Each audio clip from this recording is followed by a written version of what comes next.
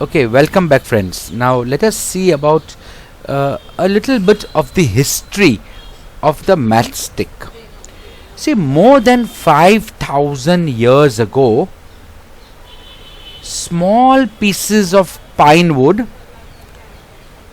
dipped in sulfur were used as matches in ancient Egypt. But it was very risky. The modern safety match was developed only about 200 years ago, right? So the modern safety match, and still that was also something which was risky. What is used in a modern safety match? A mixture of antimony trisulfide, potassium chlorate, and white phosphorus with some glue and starch was applied on the head of a match made of suitable wood. When struck against a rough surface, white phosphorus got ignited due to the heat of friction. This started the combustion of the match.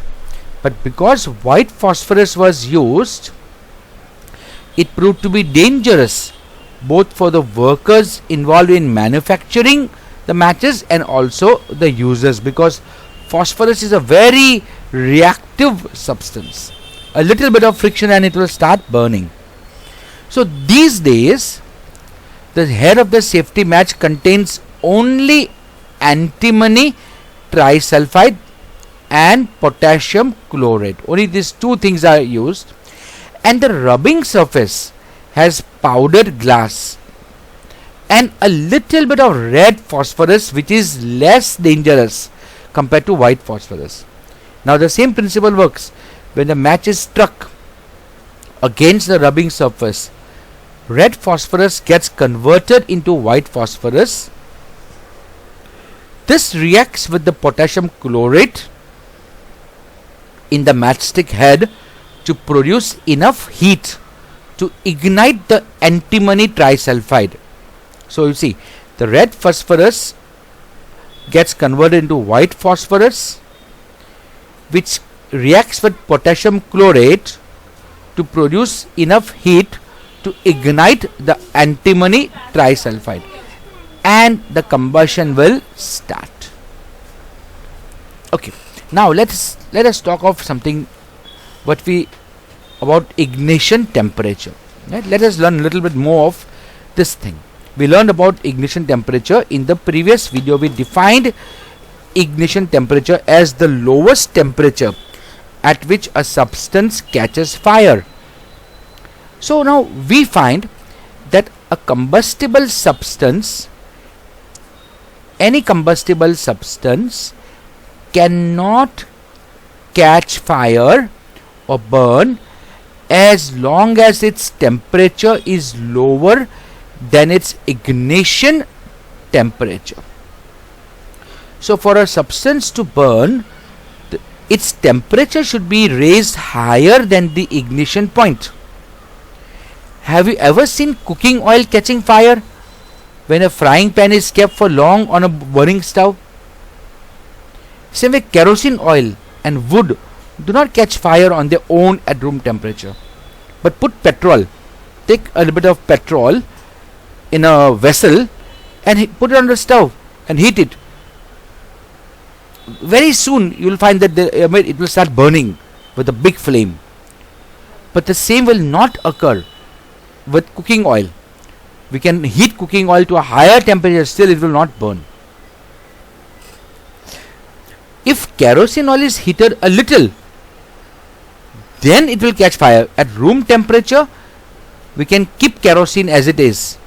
We can keep wood as it is. They will not burn. But if we heat them a little bit, then they catch fire. Wood will take even a higher temperature, still higher temperature. So it means that the ignition temperature of kerosene is lower than that of wood, right?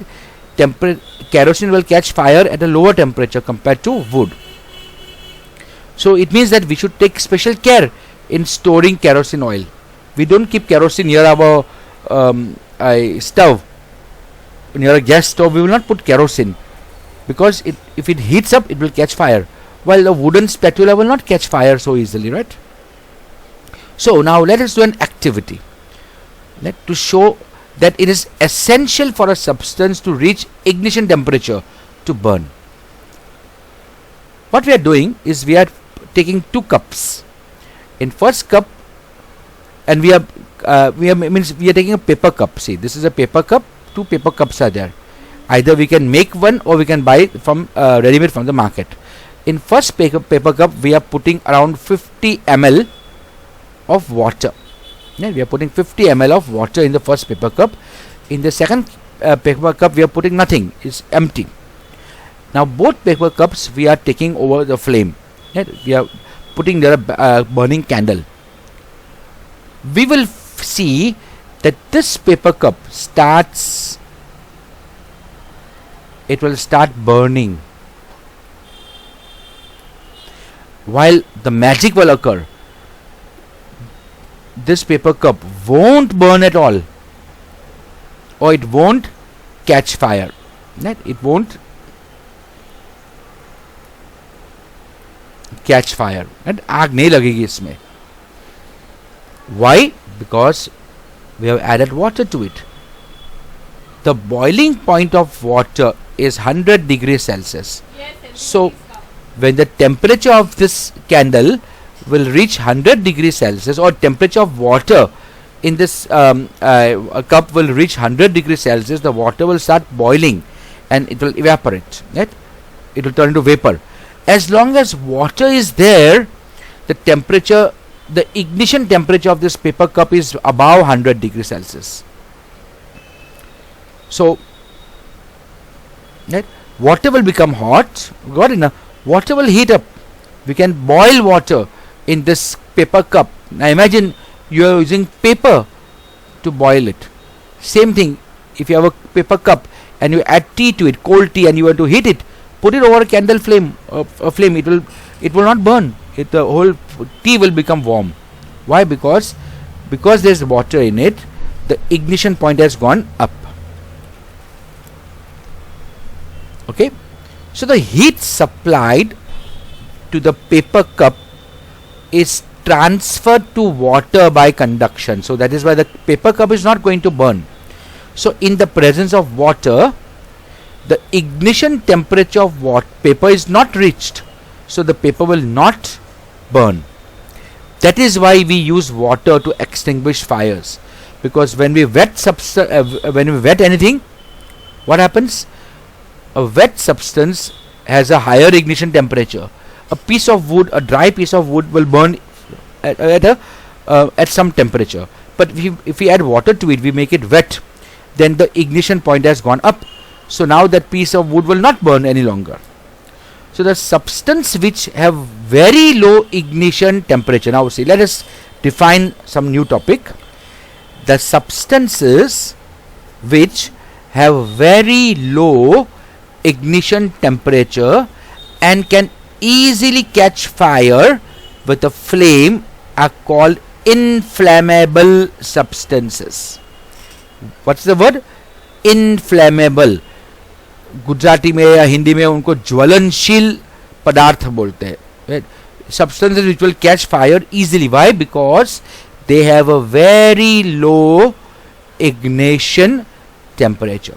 So because of this low ignition temperature, they will catch fire very easily, right? Even with a flame. So they are called inflammable substances. Examples are petrol, alcohol, LPG, that's liquefied petroleum gas, etc. Right? Anything made of petroleum products, kerosene, right? All these are inflammable substances because they catch fire easily. See, a piece of paper will burn, right? It will catch fire, but it will not catch fire so easily. So a piece of paper may be inflammable, but it is combustible but not inflammable, because at room temperature also it will not catch fire so easily. So now we come to a new topic. Things are combustible, right? So how do we control fire?